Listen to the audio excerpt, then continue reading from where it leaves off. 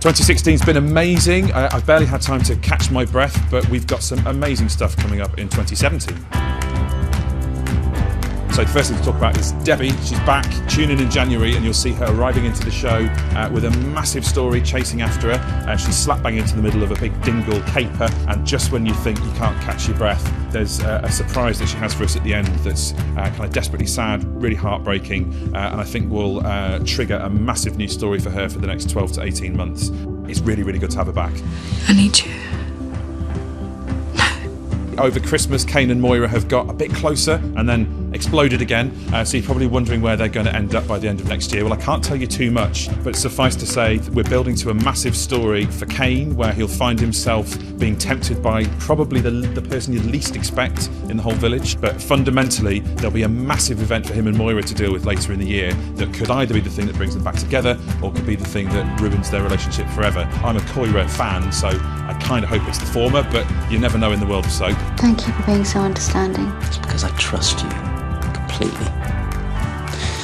Don't you ever doubt that, okay? I think a lot of you out there have started to suspect that Pierce might not be the nice guy that everybody seems to think he is, the nice guy that Rona seems to think he is. You know, in his mind, he's a normal guy, but actually we start to see a darker side of his personality come out much more obviously, that puts Rona in quite a difficult position and leaves her with some really tough dilemmas to deal with. Never far away from this story is Paddy. I think deep down he's never going to stop loving Rona, much as he might have accepted that he's lost her for good. So when she starts to face a really rough time of it, we have to wonder how he's going to step in. Is he going to step in, and what danger might he find himself in as a result of perhaps coming to the rescue of the woman that he once loved. It's really lovely, thank you. Do you really like it? Come here, you big pillock. I have to say, Nicola and Jimmy are such fun. I hope you've all enjoyed the Christmas episodes you've seen with them. I just think they're fiery and funny and kind of truthful, really. I'm really rooting for them.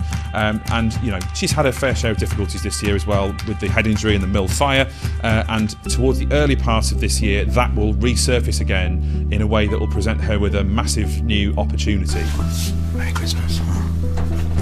Early 2017, what we see from Aaron is something really surprising. He finds himself in the middle of somebody else's story. So, fueled by his own turbulent feelings about Robert and a little bit of jealousy about Rebecca, he sort of wades into a situation that he probably shouldn't, gets himself in a right mess, finds himself in quite a bit of trouble. And all of this only serves to remind Robert how much he loves Aaron and sharpens his eagerness to get him up the aisle. So the big question then becomes, will Aaron get his happy ever after? Will this big mess that he finds himself in spoil his happy day? You know, if they get up the aisle, how on earth will their relationship survive amid the troubles that they find themselves in? I am sorry.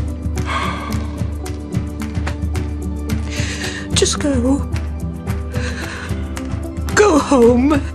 Over Christmas, you've seen the end of Zach and Joni, and then you've seen Lisa, because she's so wounded by what Zach's done to her, unable to just take him back straight away. So the big question becomes, can Zach wear her down?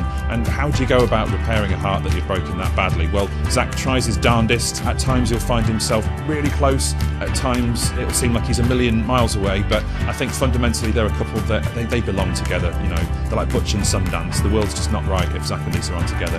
I can't tell you anything else right now, much as I'd love to, but hopefully as soon as I can, I'll let you into a few more secrets. But main thing to say from me is thank you so much for watching, and I know for a fact that you're going to love what we've got coming up for 2017.